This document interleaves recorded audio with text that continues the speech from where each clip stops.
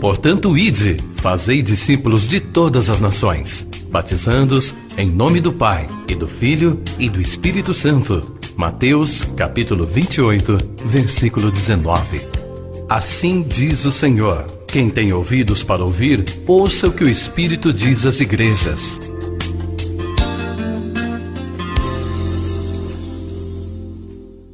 Vamos orar. Nesta oração, peça para o Senhor falar com você.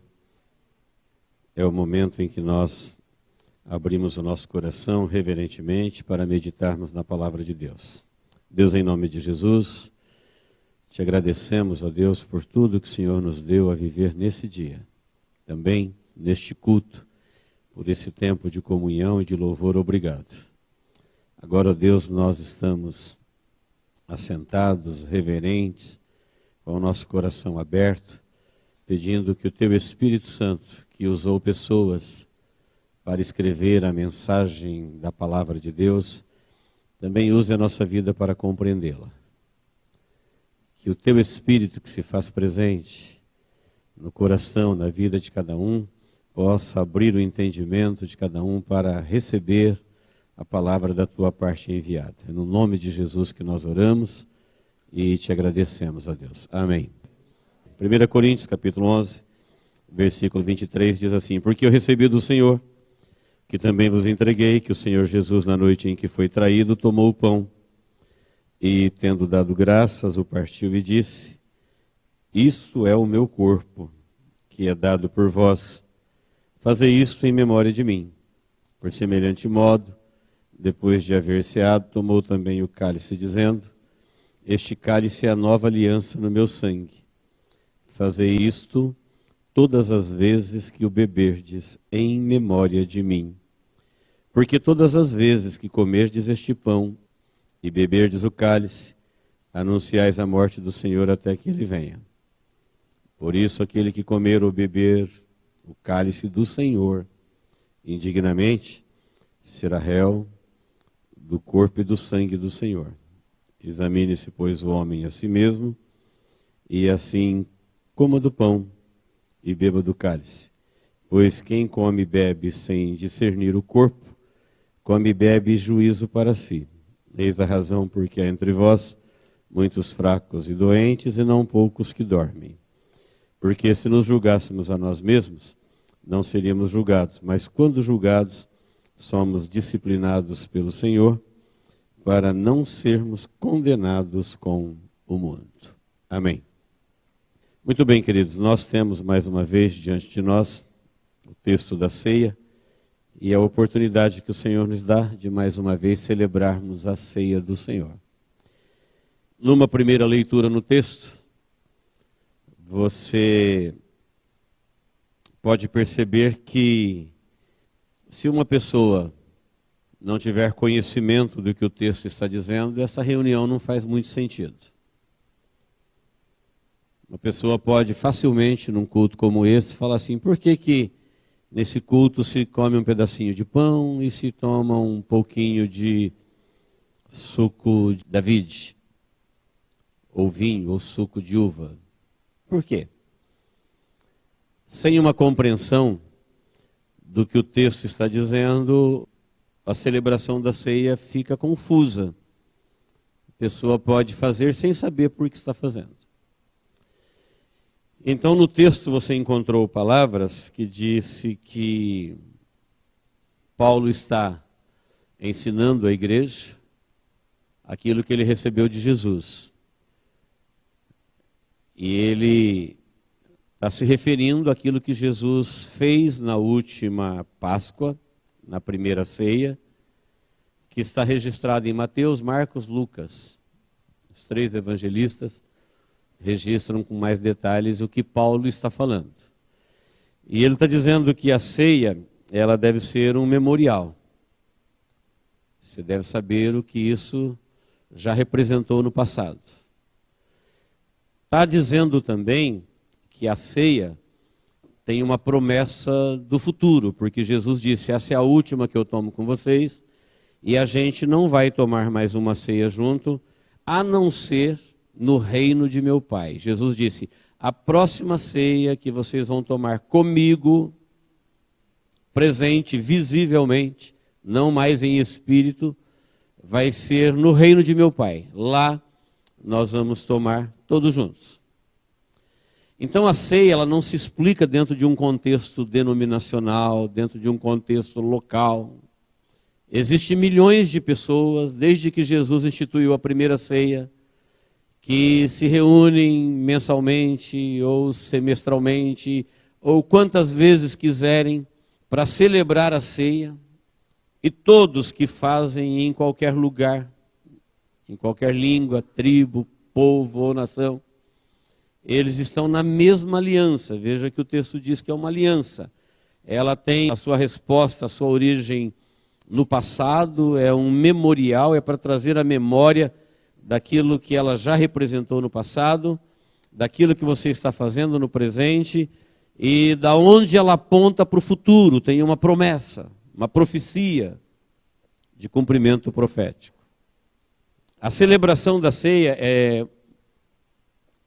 tão sério que o texto diz assim: se você fizer isso de uma forma indigna, você é culpado da morte de Jesus.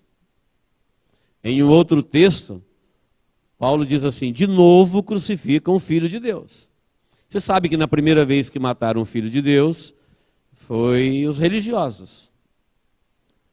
A lança que furou Jesus veio de Roma.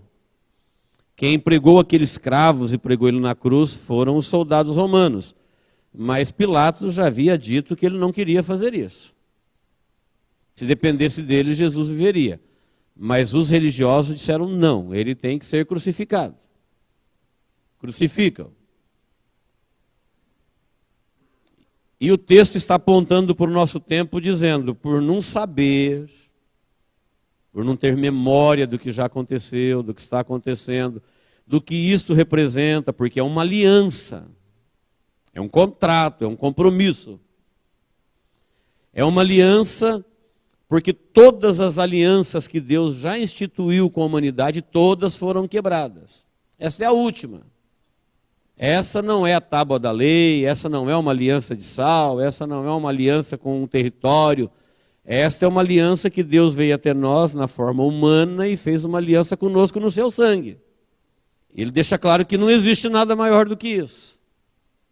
Não existe sacrifício maior. E se alguém quebrar da sua parte esta aliança, ele se torna réu, culpado da morte do Senhor. Aí alguém entende, então, que não é bom tomar a ceia. Só que quem não tomar a ceia, também já não tem parte com Deus.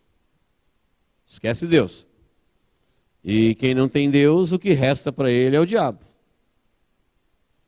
Quem não tem esperança e fé do céu, o que sobra, o que resta, é o sofrimento eterno. Então, o texto está dizendo, é uma aliança, você deve fazer isso, porque todas as vezes que você comer esse pedacinho de pão e beber esse cálice, isso daí tem um significado profundo entre você e o seu Deus. Você era um maldito filho de Adão, mas no momento em que você entregou sua vida a Jesus e confessou ele publicamente no batismo, e por isso você participa da comunhão da ceia, a partir deste momento agora você é um filho de Deus em Cristo Jesus, e você celebra esta aliança periodicamente, trazendo à memória quem você era e o que você é pelos méritos de Jesus. E quem não faz? Olha, quem não faz, ou faz sem saber por que faz, ou faz de qualquer maneira, faz para o seu próprio prejuízo. Por causa disso é que tem entre vós fracos espiritualmente, doentes espiritualmente, e mortos espiritualmente. É por isso. O motivo é esse. Porque eles não estão aliançados, a vida deles não está resolvida com Deus, a comunhão não está estabelecida, por isso eles adoecem, por isso eles enfraquecem, por isso muitas vezes eles morrem espiritualmente. Então, antes da gente celebrar, vamos cumprir uma partezinha do que diz o texto. Vocês devem fazer isso em memória de mim. É um memorial. É um dia de você ativar a sua memória, a sua lembrança. Vocês vão lembrar da minha morte e quando vocês comerem, vocês estão anunciando ela com este ato até que ele volte. Porque tem uma promessa dele voltar. A ceia foi instituída por Deus no princípio. Ela era chamada de Páscoa. Em Êxodo 12 você vai encontrar Deus falando com Moisés pela primeira vez para celebrar a Páscoa. E Deus disse a Moisés que era para ser uma reunião muito séria, que o estranho não poderia participar. Ele está dizendo, gente que não faz parte da fé, da aliança, que não sabe o que está fazendo, não deve participar. E ele deveria fazer seguindo alguns cuidados. Ele deveria preparar o cordeiro, prendendo ele no 10º dia do mês de abril. O cordeiro que ia ser sacrificado, para lembrar, era um memorial, era para lembrar do cordeiro que eles mataram e passaram o sangue na porta, na casa do Egito, nas ombreiras das portas, na casa do Egito. Quando passou o anjo destruidor para matar o primogênito de tudo que vivia, na casa que tinha sangue na porta, o anjo passava por cima. A expressão passar por cima é igual a Páscoa. Passar por cima no sentido de poupar. Temos falado isso muitas vezes aqui. Quando o anjo chegava numa casa, não tinha sangue na porta, ali naquela casa morria o primogênito de tudo que tinha vida, dos homens e dos animais. Tendo sangue na porta, ele passava por cima, Páscoa. E Deus falou para Moisés, porque vocês foram libertos do Egito, e porque vocês obedeceram a ordem de Deus e mataram o cordeiro e pegaram o seu sangue e passaram na porta, e Deus deu livramento na casa de quem teve fé e na casa dos hebreus que fizeram isso, não houve morte. Agora vocês vão celebrar isso por estatuto perpétuo. Enquanto vocês existirem. Vocês vão explicar isso para os vossos filhos. E quando alguém perguntar por que vocês celebram a Páscoa, vocês vão lembrar do que aconteceu lá. E vão dizer para eles, nós éramos escravos e Deus nos libertou dessa forma. Foi o sangue que impediu a morte na família. E eles faziam isso anualmente. Anualmente, eles faziam isso até Jesus instituir para fazer quantas vezes quisesse. Mas a nação fazia anualmente. Esse cordeiro que morreu, que o sangue dele foi passado na porta, foi oferecido a Deus para isso. No 10º dia ele foi entregue, foi preso, foi examinado por 4 dias e no 14º dia ele foi morto. Isso é a história do povo hebreu, onde a Páscoa ou a ceia tem a sua origem. Israel celebrou essa Páscoa por mais de 1000 anos. Ela não era somente histórica, não era simplesmente um memorial, ela era também profética. Ela apontava para o seu verdadeiro cumprimento no futuro, que era o sangue de Jesus vertido na cruz, que na vida de alguém impediria a sua morte eterna. Não haveria anjo da morte na vida dele quando ele tivesse o sangue de Jesus que foi derramado no Calvário sobre a sua própria vida. Então aquela festa, ela era um memorial, ela tinha o seu sentido histórico, mas ela também apontava para o futuro, ela tinha o seu elemento profético. Um belo 10 de abril, qualquer, cumprindo-se o tempo lá no relógio de Deus, está toda a nação trazendo o seu cordeiro para o templo, porque era lei. Todo ano, 10 de abril, chegavam com os cordeiros, levava para o templo, os sacerdotes ou a família sacerdotal tinha o dever de examiná-lo por 4 dias, para ver se ele não tem defeito, se ele não é cego, se ele não é manco, se ele não tem algum problema. Depois de 4 dias de exames, o cordeiro está perfeito, ele está apto para ser imolado. Ele pode morrer e cumprir o cerimonial da Páscoa. A cerimônia é tão importante que Deus falou para Moisés zerar o calendário quando ele celebrou a primeira Páscoa. Por isso Israel é a única nação no mundo que tem 2 calendários, um religioso e um civil. O civil, dizem eles, é a partir da criação de Adão. O religioso foi a partir da primeira Páscoa. Olha o significado do cerimonial. Deus falou assim, olha, será o primeiro dos anos e o primeiro dos meses. Começa a contar a partir de agora. Agora que vocês fizeram uma aliança com Deus, essa vai ser a primeira. Esquece o que passou. Começa a contar a partir de agora. Ano 1, mês 1. Da primeira Páscoa. Como eu disse, 1000 anos depois, num 10 de abril, está todo mundo trazendo o seu cordeiro para o templo para ser examinado. Jesus já tem 33 anos de idade, já está pregando na Palestina, na Galiléia, na Judéia, por toda aquela região por 3 anos, e chegou o tempo em que Judas o traiu e ele foi preso. Enquanto o cordeiro estava sendo entregue para ser preso no templo, Jesus estava sendo preso também no monte, entregue por Judas. E começa ali o julgamento de Jesus. Ele foi julgado primeiro pelos escribas, depois pelos fariseus e saduceus. Depois ele foi julgado por Pilatos, que veio a público e disse, eu não vejo nele nada que o faça digno de morte. Enquanto o sacerdote está olhando o cordeiro no templo, está dizendo, ele não tem defeito. Jesus está sendo examinado e ninguém consegue acusá-lo de nada. Ele está sendo examinado também. Ele é o Cordeiro de Deus que tira o pecado do mundo. É o que João Batista havia dito quando viu ele. Ele falou, eis o Cordeiro de Deus que tira o pecado do mundo. Se alguém não entender o que Deus fez lá em Êxodo 12, ele não vai entender por que João disse que ele é o Cordeiro de Deus. Porque esse Cordeiro de Moisés, esse não tira o pecado do mundo. Ele encobria o pecado.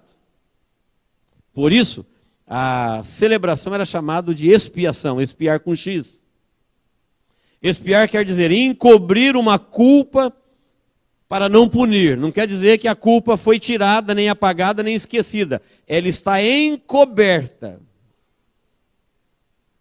Está em aberto. Expiar é isso. Cobre o pecado da humanidade com o sangue do cordeiro, do animalzinho, que ele não tinha que morrer porque ele não pecou, quem pecou foi o homem que o matou.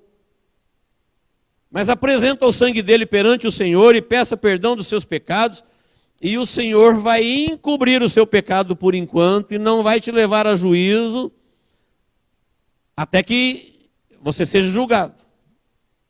Se você teve o seu pecado removido definitivamente ou não. Então expiar era encobrir para não punir.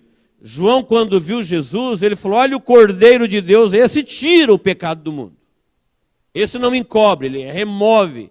A pessoa fica justificada diante de Deus, porque ela está em aliança com Deus, e a culpa que ele tinha foi para Jesus, e Jesus derramou a sua vida para que ele não precisasse dar a dele. Portanto, ele está livre. Ele está em aliança com Deus. Pilatos veio a público pela primeira vez e falou, olha, esse homem não fez nada que o faça digno de morte. Por que vocês querem matá-lo? Crucifica ele. Ele mandou ele para Herodes. Herodes esperava que Jesus fizesse alguma coisa grandiosa para os seus olhos. Ficou decepcionado com Jesus, porque Jesus não fez o que ele queria. Mandou de volta para Pilatos. Aliás, Herodes e Pilatos estavam em desavença. Voltaram a ter amizade no julgamento de Jesus. Mandaram de volta para Pilatos. Pilatos, por mais 2 vezes, vem a público dizendo que Jesus não tinha feito nada que o fizesse digno de morte, querendo, do jeito dele, libertar Jesus da cruz.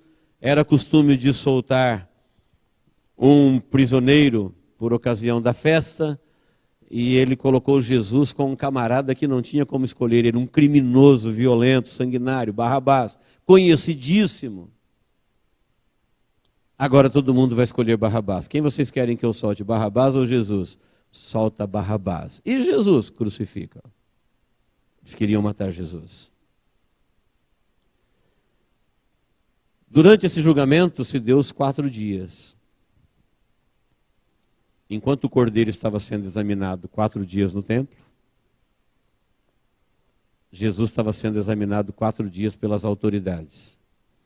E 3 vezes Pilatos veio a público e disse: ele não tem nada que o faça digno de morte. Mesmo assim ele morreu. Mas a nação estava cega.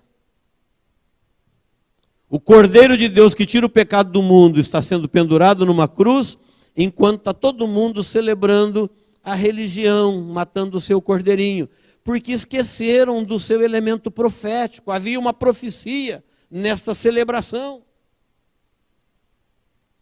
Essa cegueira espiritual vai trazer um banho de sangue na nação.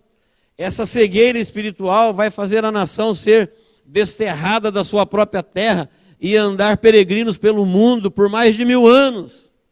Um sofrimento incalculável virá sobre aquele povo. Porque durante o tempo da celebração da Páscoa, eles foram se perdendo. E em vez de celebrar a Páscoa com reverência, aquilo foi virando uma festa religiosa. Era um bom motivo para as pessoas encontrar os parentes no templo durante a Páscoa. Juntava-se Páscoa e Pães Asmos, eles ficavam numa festa de 8 dias. Era um comércio sem precedentes. Comprava e se vendia de tudo. E com essa preocupação de viver puramente o social da religião, com essa preocupação de viver o comercial da religião, e esquecendo da revelação profética, da revelação, a nação se endureceu. E o Cordeiro de Deus veio, viveu, pregou, ensinou, e eles não perceberam. Enquanto Jesus estava morrendo na cruz do Calvário, o Cordeiro estava sendo imolado no templo. E ele veio para tirar o pecado do mundo, e ele veio para a própria nação. O texto está dizendo para nós a mesma coisa hoje. Está dizendo, hoje não se trata de uma nação com território, mas existe um povo que eles são chamados pela palavra de nação santa, sacerdócio real, povo adquirido. Este povo, em todo o mundo, onde eles celebram a ceia, quem está entendendo o que está fazendo e sabe que é um dia de memorial, de aliança com Deus, é ele com o seu Salvador, é o sangue de Jesus sobre a sua vida, porque tinha o seu elemento histórico, tinha o seu elemento profético, mas tinha o seu elemento pessoal. Tem a ver com a vida de cada um, é uma aliança pessoal de Deus em Jesus com a pessoa que celebra a ceia. Quando eles se esqueceram de todo esse compromisso, a nação foi se perdendo. Por isso o texto diz, esta agora é uma nova aliança no meu sangue, e todas as vezes que vocês fizerem isso, vocês vão fazer em memória de mim. Você vai lembrar daquilo que Deus já fez no passado, trazer na sua memória, no seu pensamento. Você não está sujeito ao tempo, você pode ir onde você quiser. Jesus disse, quando você for comer do pão e beber do cálice, você vai voltar lá no Calvário. O seu pensamento, você vai lá no Monte Calvário. Você vai lembrar da minha morte. Aquele sangue derramado ali, se você perguntar por que o sangue dele está sendo derramado de uma forma tão cruel, por que Deus está permitindo? É para fazer uma aliança com você, no sangue dele. O sangue do cordeiro não protegia a casa de morrer o primogênito? Esse sangue dele vai proteger você da morte eterna. O calendário da primeira Páscoa não era zerado? Era. A partir do momento que você tomar a primeira ceia com reverência a Deus, sabendo o que você está fazendo, esquece os anos passados. A partir dali você nasceu para a eternidade. Seu calendário foi zerado. Morreu ali um filho de Adão e nasceu ali um filho de Jesus Cristo, gerado pela palavra, comprometido com Deus no sangue de Jesus. Uma aliança eterna. Uma promessa de Deus que repousa sobre a vida de quem celebra a ceia sabendo o que está fazendo. Por isso o texto diz, olha, não celebrar, você não vai ter vida em você mesmo. Celebrar de qualquer maneira, você se torna de novo um daqueles religiosos que mataram Jesus. Mas você vai matar Jesus de novo agora? Você vai matá-lo na sua vida. Não tem como matá-lo de novo para o mundo, mas tem como você matá-lo para você. E você vai ser réu, num tribunal de Deus, réu. Se Deus é por nós, quem será contra nós? Mas e se Deus for contra nós, quem será por nós? Então é um texto que ele não deveria nos assustar. Ah, eu vou matar o Filho de Deus na minha vida? Não, é um texto que fala que toda a crueldade que o homem possa sofrer na sua vida em relação à eternidade, Deus já assumiu para ele em Cristo Jesus. O derramamento de sangue foi dele. Ele decidiu dar a vida dele. É uma aliança de Deus com o homem no sangue do seu Filho. Ele falou, tudo que você tem que fazer agora é guardar isso vivo na sua memória. Que um dia você não tinha essa promessa, um dia você não tinha essa aliança, e se você não tinha o sangue do Cordeiro na sua vida, você estava condenado. É o que Paulo diz, nós não éramos povos. Para Deus nós não éramos nada, porque nós não tínhamos alianças, nós não tínhamos promessa, nós não tínhamos nada. Paulo diz, nem povo vocês eram. Mas a partir de Jesus, ele vos fez povos, nação. Nação sacerdotal, nação que comparece diante de Deus, não para fazer indignamente, nem para deixar de fazer, mas saber que o que nos dignifica para participar da ceia é o sangue de Jesus. É a sua comunhão com Jesus, é a sua comunhão com Deus, pelo Espírito Santo de Deus.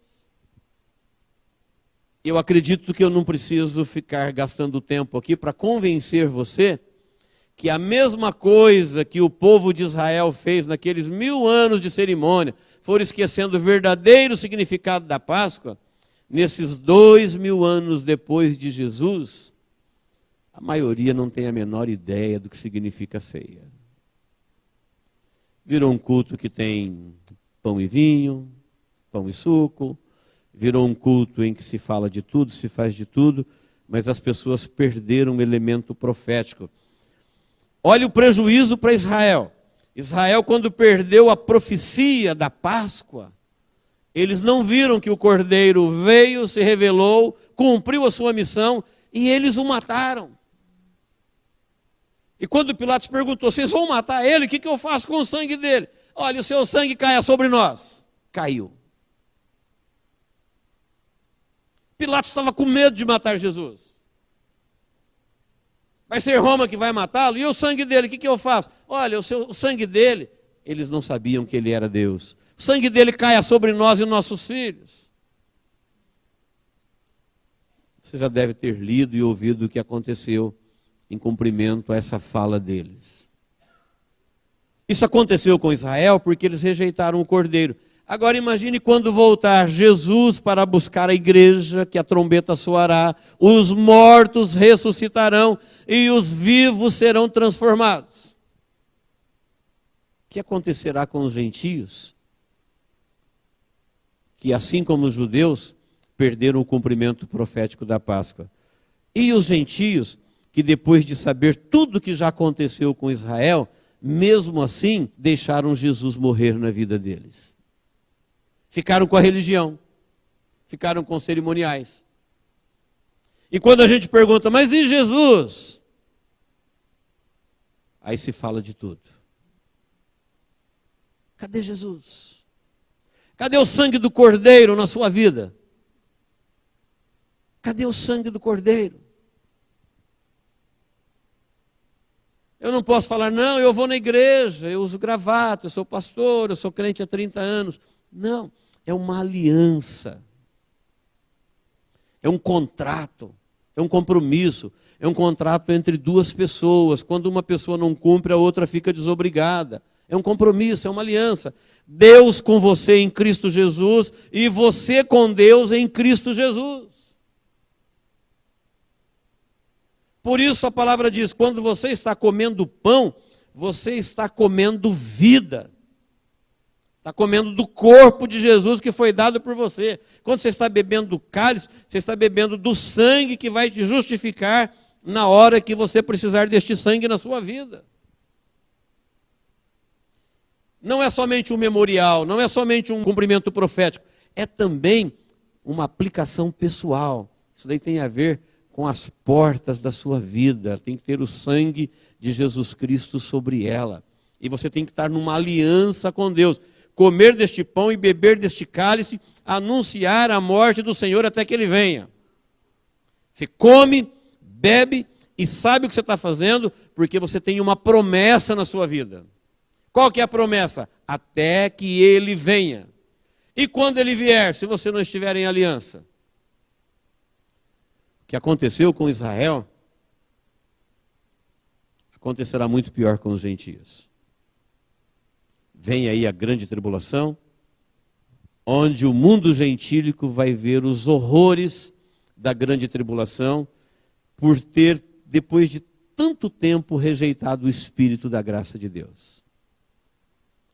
A Bíblia diz que por rejeitarem o Espírito da verdade, a revelação da verdade, o compromisso com a verdade, por gostarem do engano, da religião, Deus enviará para eles o espírito do erro. E a esse eles adorarão. Por rejeitarem na vida deles o Cristo, Deus enviará para eles a oportunidade deles conhecerem o anticristo. Por rejeitarem o Espírito Santo, conhecerão o espírito do erro. E o que está profetizado que virá sobre este mundo não é nada agradável. São coisas horrorosas que as pessoas desmaiarão de horror na expectativa das coisas que sobrevirão. Sabe que as notícias do dia provocarão desmaio nas pessoas, conforme diz Lucas 21, na expectativa das coisas que virão. Porém, aqueles que estão em aliança com Deus já não estarão mais aqui. É a oportunidade que nós temos. De todas as vezes que nos reunirmos, fazer isso diante do Senhor, em memória do que Ele fez por nós, como uma nova aliança no seu sangue. A maior de todas e a última aliança de Deus com a humanidade. Quem quiser se aliar, se aliançar, se comprometer com Deus, é a tua chance. Não haverá outra para os gentios, não. Que Deus nos abençoe em Cristo Jesus. Amém, queridos?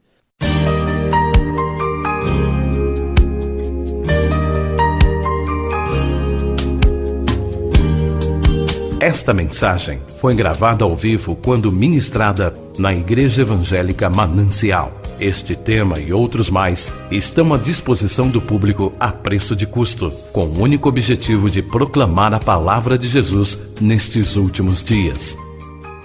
Adquira, ouça, creia, pratique e presenteie alguém que você ama com esta mensagem, a palavra de Deus.